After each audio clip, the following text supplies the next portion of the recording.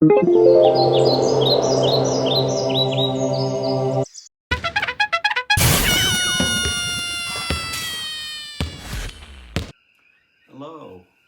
welcome back to the podcast. This podcast is called Where I'm At Now.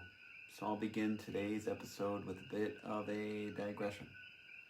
To give a taste of where I'm at now. Today is Wednesday, May 21st. It is evening time in Hawaii, and I'm here filming this. Why is that important? Well, a little story. I've mentioned already that I was trying to attempt to abstain from all sports watching and news reports. This journey has been going on a while, but this particular period of abstinence began on January 10th, 2025, and has continued for 4 months since then. I deleted social media, cleared my YouTube suggestions, and let people know not to let me know about anything happening in the sports world. There were a couple news reports that slipped through the cracks, but overall was a success. I didn't even know who was playing in the Super Bowl till a woman from Philly told me after the game had finished. I will be writing about all this one day in a book called How I Beat the Mets. I will also be talking more about addiction next week and may touch on sports fandom.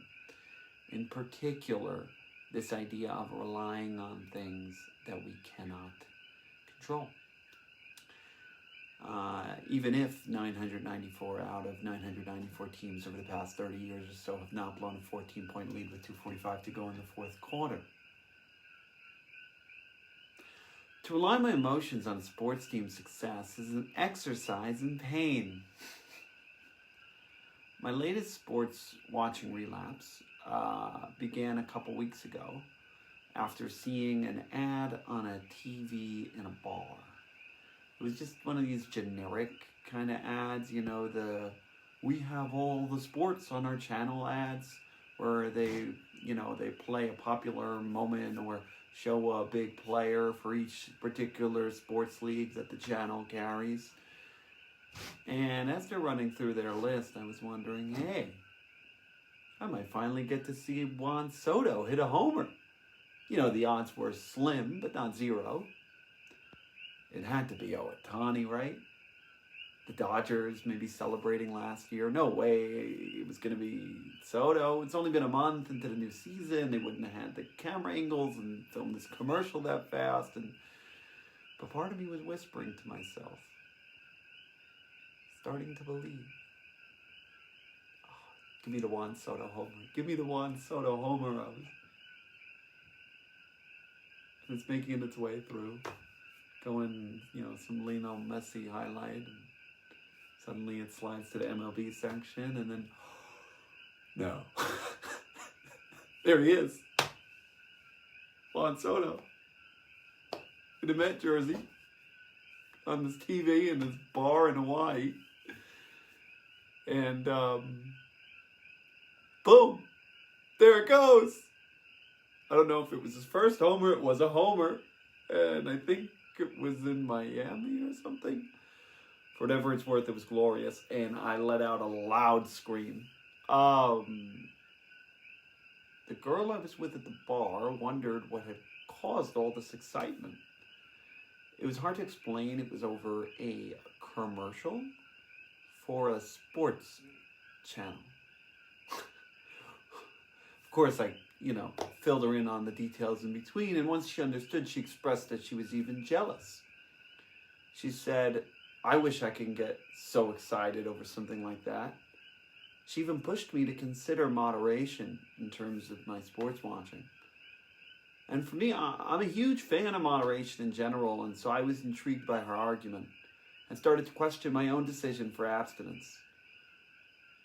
But knowing myself, my own personal dynamics, I had chosen abstinence in regards to sports watching for a reason. And particularly during this challenging period of my life. I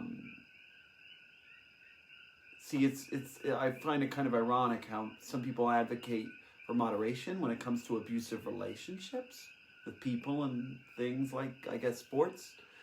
But when it comes to abuse of substances, they have no idea about the concept. It's abstinence or nothing. And as always, the truth of both situations is more complex and varies person to person, thing to thing. There is no one answer, no one prescription. On top of that, most people out of the sports fandom loop don't understand the appeal, the attraction, or the pain. See, it's not just about all the pretty colors or the jerseys. It's not just about the team or whether or not they win. It's the relationship. And the relationships built around it. The nostalgia, the fantasy, the years of loss and pain, and those small moments of elation in between that keep you coming back for more. Like a good slot machine that lets you win a couple times. That dream of connection with fathers, with brothers, with cousins, with friends. And for someone like myself still mourning and processing a big move from home, it's moments like this, particularly today, that can be really challenging. Some of my closest moments in my life with my family members were huddled around a television, rooting for one of these sports teams. And so for the next few days, following that advertisement I saw in the bar, I wondered, were the Knicks still in it? Did the Jets still have Rodgers? Was that just a good highlight, or are the Mets any good? And being there are no professional sports teams here in Hawaii, there's not much conversation around sports. Most people don't care.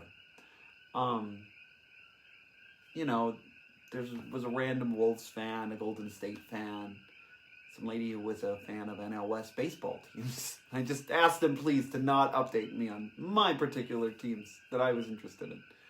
But it couldn't hold back. I kept feeling the Knicks, hearing MSG roaring in my head. And the moment after the commercial, I also saw a highlight for Cavs Pacers, their series, and that didn't look good for the Knicks. Was it a first-round exit? Did anyone big get hurt? I looked away immediately to avoid seeing more, but the damage was done. The curiosity seeds planted. My abstinence became seriously challenged. See, abstinence, or even moderation, is not a journey that is won or lost on one slip, one relapse, but one that, when done right, is active and ongoing. In that lens, we can view relapse not as a failure, but as a point of information, an area to learn from and grow. This isn't about winning and losing. It's about finding consistency and joy, meaning and connection and overall well-being. And finding people, places, and things in your life that can bring about those feelings. It's not the avoidance of negative feelings and challenging events, but the understanding that they come and go. And having the strength and developing the strength to ride the waves. And the wisdom to pull golden nuggets of insight from each wave that comes, challenging or not. I mean, even if something seems like a sure thing, it never is. Being a fan of the Jets, Knicks, Rangers, and Mets has taught me that. As has being in emotionally abusive relationships where love and acceptance were never certain things. So what can be consistent? Well, there's always self-love. I can commit to loving myself, not dependent on the outcome of a sporting event. The views I get on a video, the hurtful comments from a friend or even family member, or the amount of money or success I have in my life, or whether or not I ever find the one. See, self-love can be non-attached, in that it doesn't have to rely on anything else but me existing. Unconditional love in that regard towards myself, from myself. And so this slip, or maybe we can call it a self-love opportunity, continued with another question to a new friend I made that was visiting the island. He was into basketball. It was too tempting. I asked him to indulge me, just a yes or no. Are the Knicks still in it? His answer was yes. I wondered on. No way they were playing Celtics? Or was it the Bucks? He just smiled. And on Saturday, May 17th, I finally cracked 4 days ago. I checked the scores, and oh boy, were they in it. On to the conference finals for the first time in 25 years. Wow! And the Mets, they were in first place. Since the day I checked, Saturday, May 17th, the Mets lost 3 in a row, fell out of first place, and a controversy began around the hustle or not hustle of the aforementioned Juan Soto. Clearly, his struggles were my fault. I should have never checked. And suddenly I found myself listening to a podcast on it at 1 a.m. and wondering why my emotional happiness in Hawaii relied on the speed at which this man ran to first base in a game played in Boston. And the Knicks? I listened on the radio to my first game of the season today. As the Wi-Fi wasn't strong enough to stream it, and we couldn't figure out the passwords and those things, and we don't have TVs here, and it wasn't a problem a week ago that we didn't have a TV here. I prefer no televisions in general, but today, and the game, right.